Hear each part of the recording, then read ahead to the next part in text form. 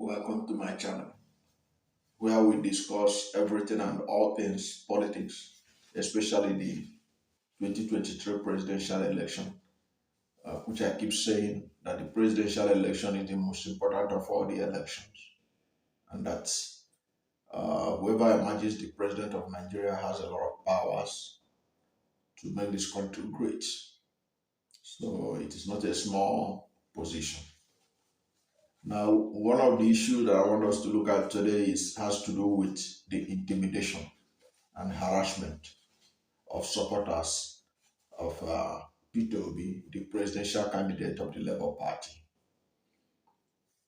You know, many of us watched or witnessed the multi-city, multi-state rally they held on October 1, the 62nd independence anniversary of Nigeria, where this obedient movement, they show that they are not only on social media, they're also on the streets. That after taking charge of the social media space, they are ready to take over the streets and the political space in general. They hold this rally, and many observers, local and international, uh, viewed it as a mark of new direction that Nigerian politics is taking, where people can support a candidate without being given shish. They contribute their own money, they organize their own rally without their principal giving them anything.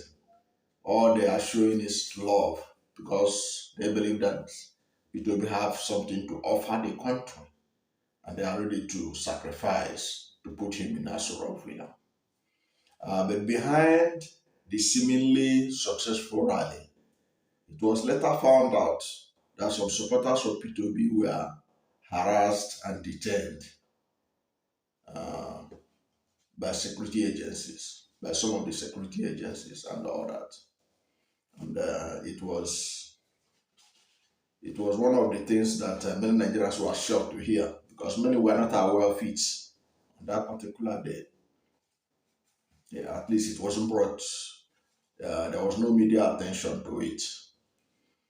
So in response to that, Peter Obi, in his Twitter handle, wrote in protest of what happened.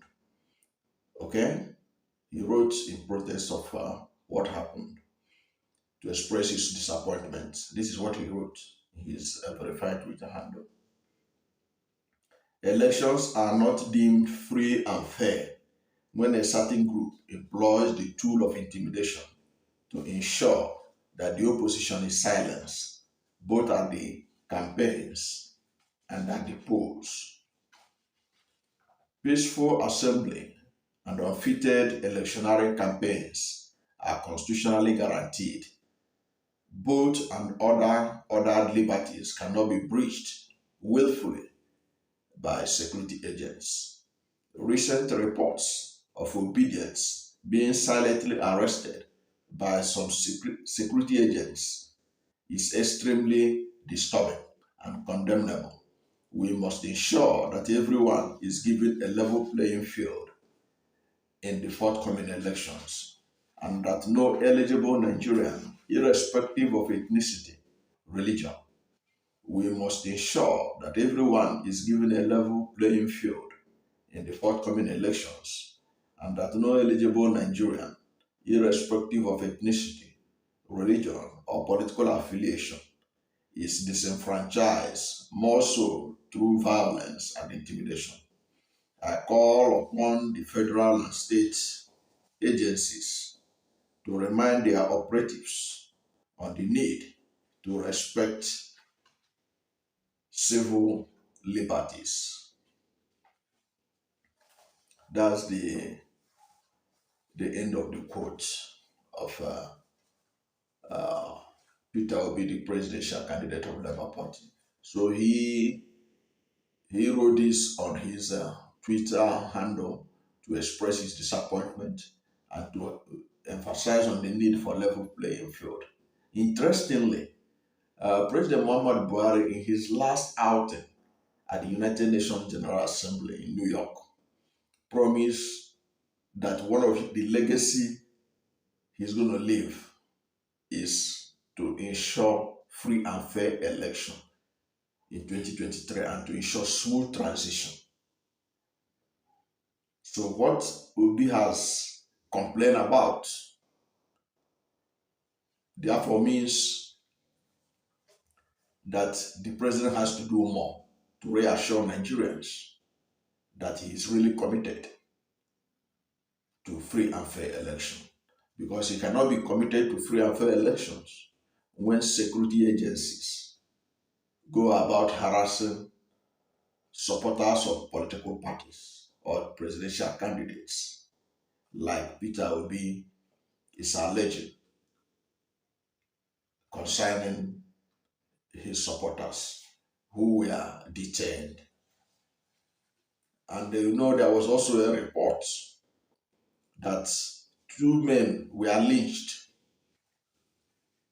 and at Oshodi bus stop, and that what saved them, they were about to be set ablaze. What saved them was the intervention of a soldier.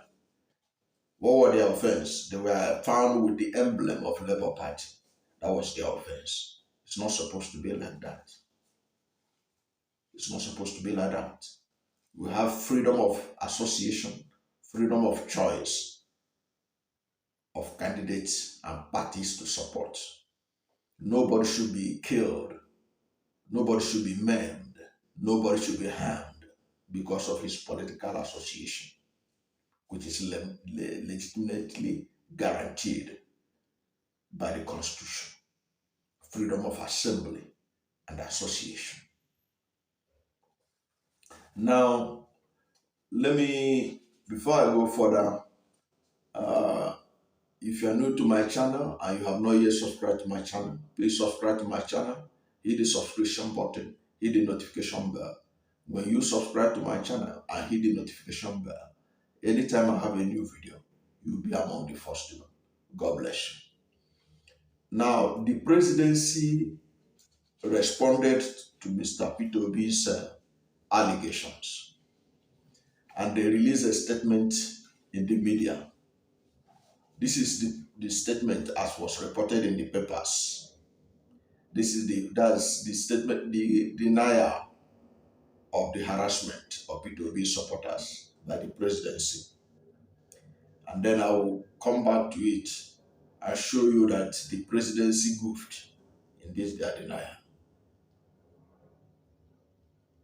Look, this is the message that the presidency sent out to State House correspondents, those who cover the villa. It said, allegations by the Labour Party presidential candidate, Peter Obi, that some of his supporters, known as OBIdients, had been silently arrested are untrue, the presidency has said.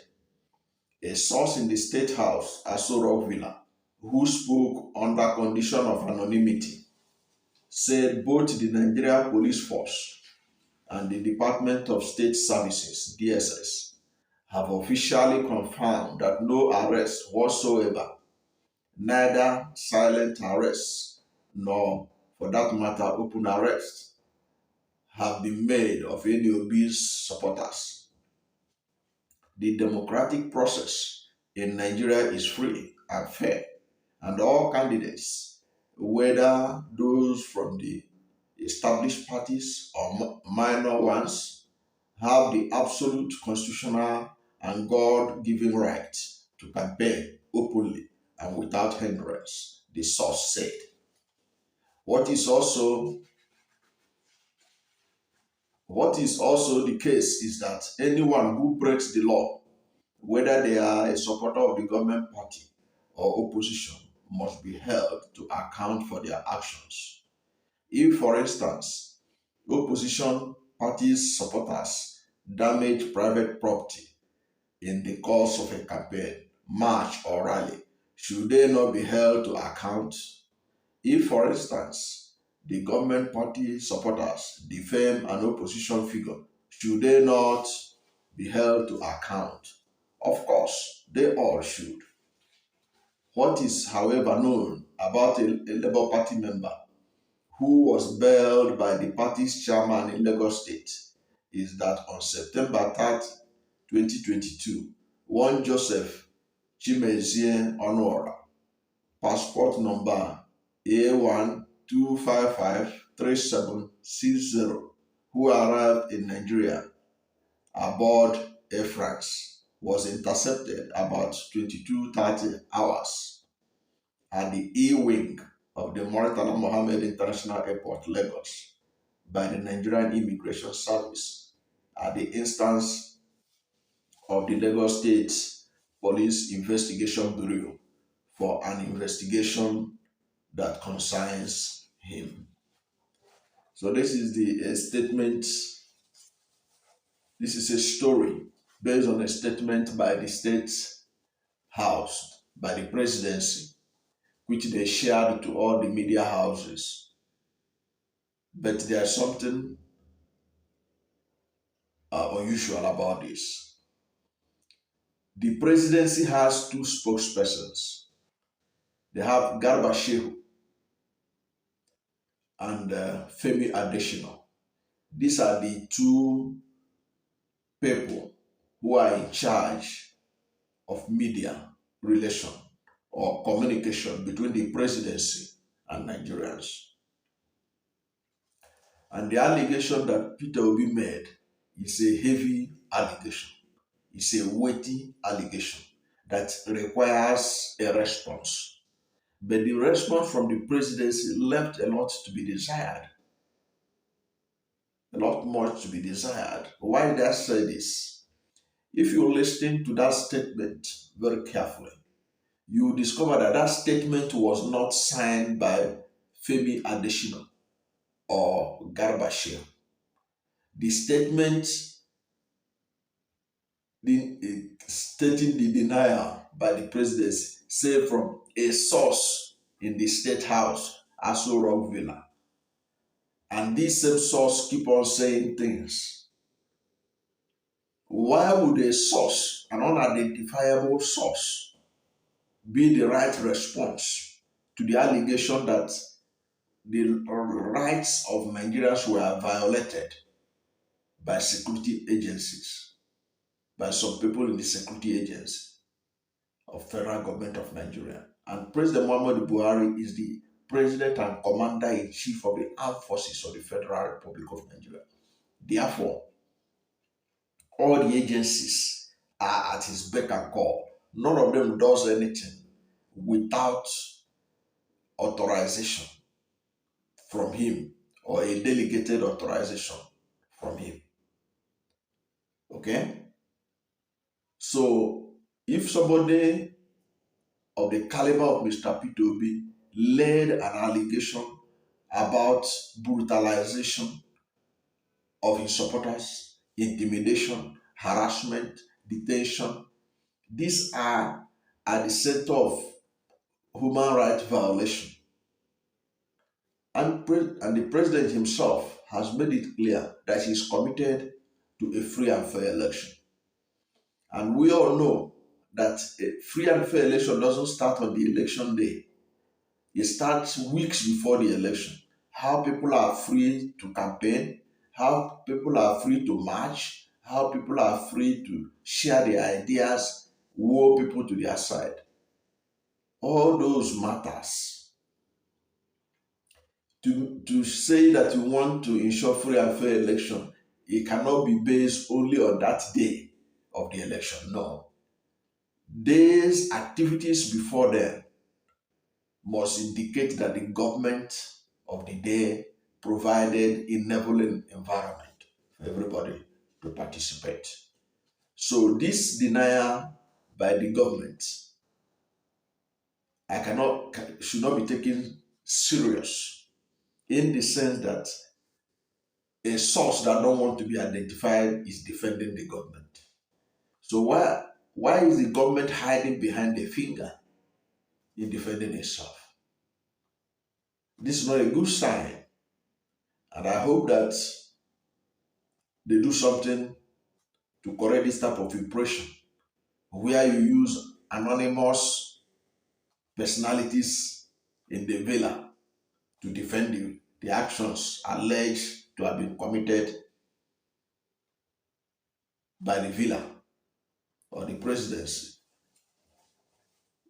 Such a weighty allegation, what the presidency ought to have done is to assign it to Femi Adesina to issue a statement denying the allegation,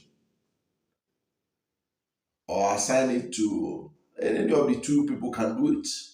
But to issue a statement to reporters and nobody signed the statement except a source. If not that the thing came from the villa, I don't think any editor that what he sought is supposed to publish that kind of report. So that's why I say he left a lot to be desired. That presidency denial left a lot of gaps. Okay, now what are my takeaways from this? I think my takeaways from it is one, it is wrong for the federal government to issue a denial through anonymous source. It is never done anywhere in the world. Anonymous source should not be a source of governance, because what you are saying is that somebody working for government don't want to be identified, that he is the one that denies it. So what is the person hiding from? So he left a lot of questions unanswered. So that's another minus on the government side, especially a government that promised to carry out free and fair election in 2023. Now, another takeaway from it is that Peter Obi supporters have really suffered a lot of intimidations and harassment, especially in Lagos and other places. We all know how Peter Obi supporters were stopped from registering during the continuous voter registration exercise. Where they are gathered, the people will come and disperse them and stop them from being registered. And this is not good for democracy. It is not good. It's not a good report on our democracy. And we like to pride ourselves that we are Africa's biggest democracy. We have to do better than this. Every Nigerian has a right to register and vote and support whoever he or she wants without intimidation, without being killed for his beliefs. Now, there is also the report I told you earlier on of two people who were nearly lynched in Lagos, in Oshodi, and they were about to be set ablaze according to the report when a soldier intervened. This is not acceptable, and the president should do everything possible to ensure that this kind of attitude is getting rid of before the elections. And as the campaign is going on, any group of people who are involved in this must be dealt with according to the law effectively. And we also know that it's not only in Lagos that Labour Party supporters or the Obi movement are being harassed. We have heard reports where they were dispersed violently in Ebonyi State. Their meetings have also been dispersed violently. You have seen videos of men wielding guns menacingly, scattering Labour Party meetings in Enugu State. All these kind of things are not supposed to happen in a democratic system. And the President of Nigeria, being the Commander-in-Chief of the Armed Forces of the Federal Republic of Nigeria, has to ensure that Nigerians are not intimidated, and Nigerians are not stopped from supporting the candidates of their choice. Okay? So that is what should be done by the presidency to ensure that there is a level playing field, a level playing ground for all Nigerians to campaign everywhere they want to campaign, to solicit for vote anywhere they want to solicit for vote, and people are free to support any candidate of their choice without fear or intimidation. And another place where the obedience movement activity had also been disrupted was in Kaduna State, where they were stopped from carrying out their march. The same thing happened in Katsina State and so many other places. So there is a need for President Muhammadu Buhari to wade into this matter. You need to wade into this matter to ensure that the obedient movement and any other political party for that matter is not harassed, is not intimidated from carrying out their constitutional right of soliciting for votes and soliciting for support. And the president has to do something about it to reassure Nigerians that the promise he made to the international community that he will ensure free and fair election is not a ruse, that it is something that he's committed to enforce before, during, and after the 2023 general election. Thank you for watching this video. And if you have not yet subscribed to my channel, please subscribe to my channel. Hit the subscription button. Hit the notification bell.